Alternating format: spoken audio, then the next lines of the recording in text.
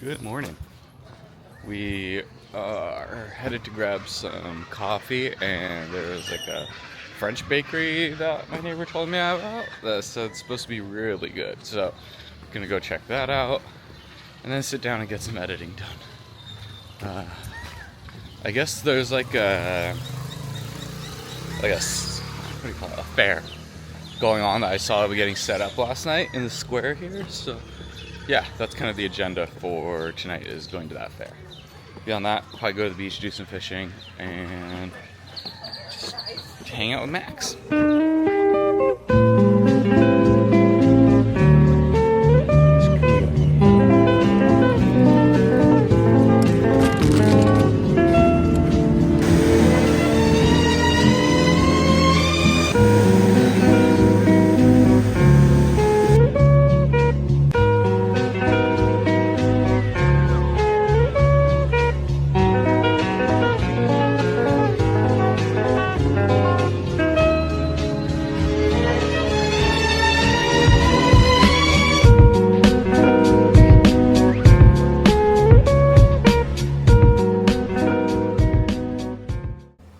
Okay, so today is what we're doing, call it like an admin day. Just kind of got to get shit done.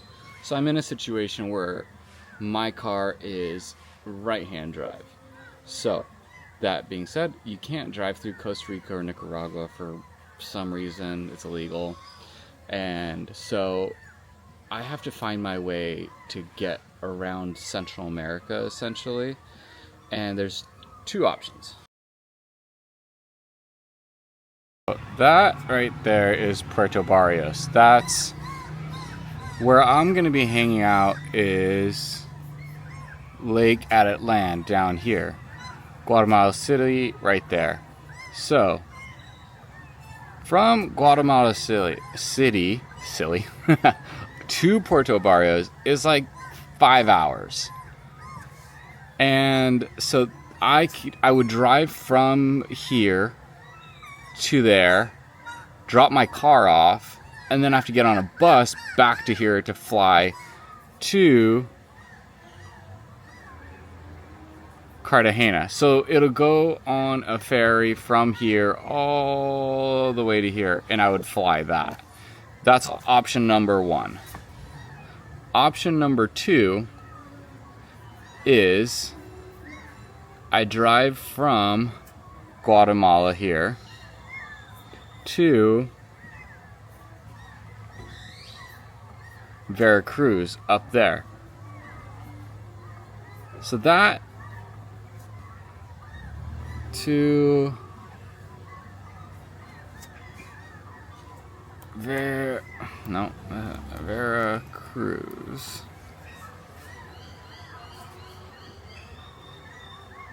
So that's an 18-hour drive, which sucks, right? But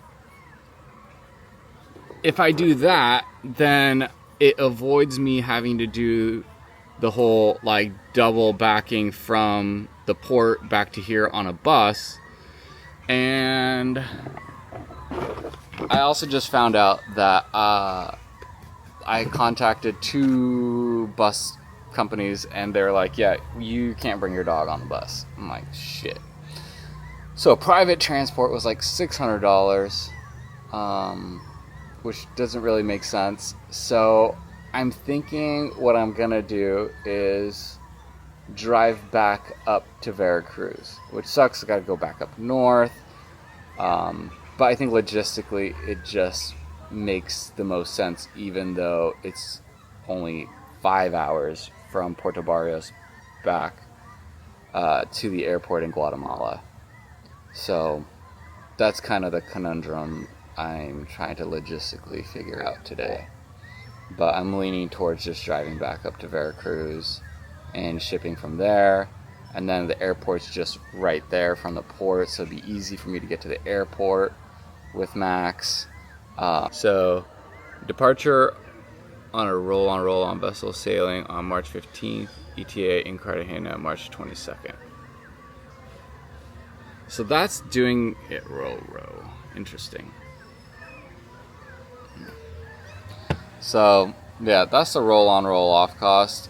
It goes both ways. People are like not into the roll-on roll-off and not a container because it's not as secure. People have said they've had break-ins and that kind of sort of thing. I don't really have anything worth stealing in there, so I think it's fine. So yeah, I don't know. This is kind of like the logistical part that I haven't really spent a lot of time to figure out yet, and I kind of need to because we're trying to do this in the next month.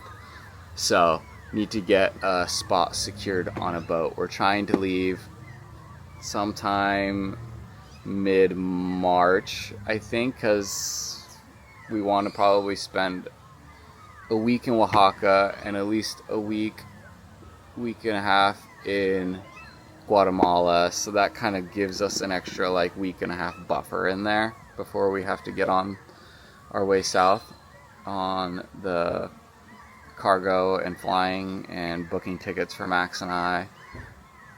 So yeah, that's what I'm doing all morning.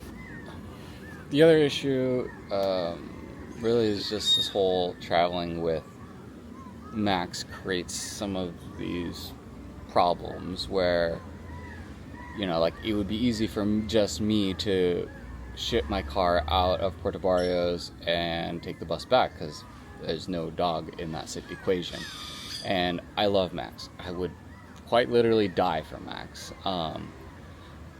But if you're considering traveling like this with a dog, or you don't, like say you're in a position where you don't have a dog and you want a dog to travel with, I'm just going to tell you now, the pros don't outweigh the cons. They really don't.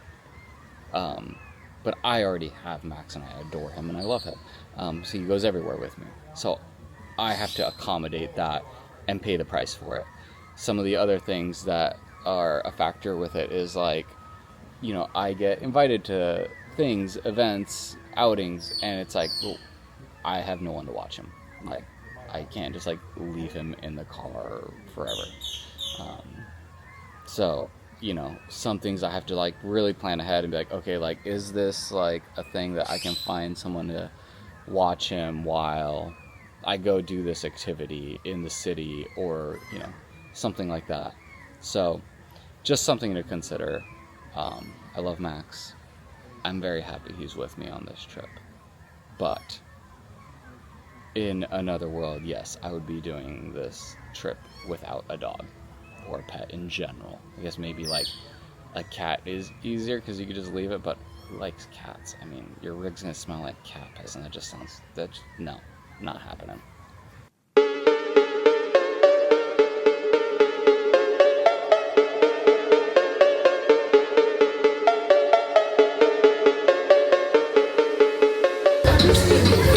Somehow ended up at a fair in Sayulita. It's kind of crazy and actually pretty big, but I'm here for it. Max is having fun, so yeah. I don't think we'll be doing any rides or anything like that, but it's a good time. Eat a lot of shitty fair food and hang out and shoot some cool photos. I mean, there's some big rides here. Check this out. Max, come on.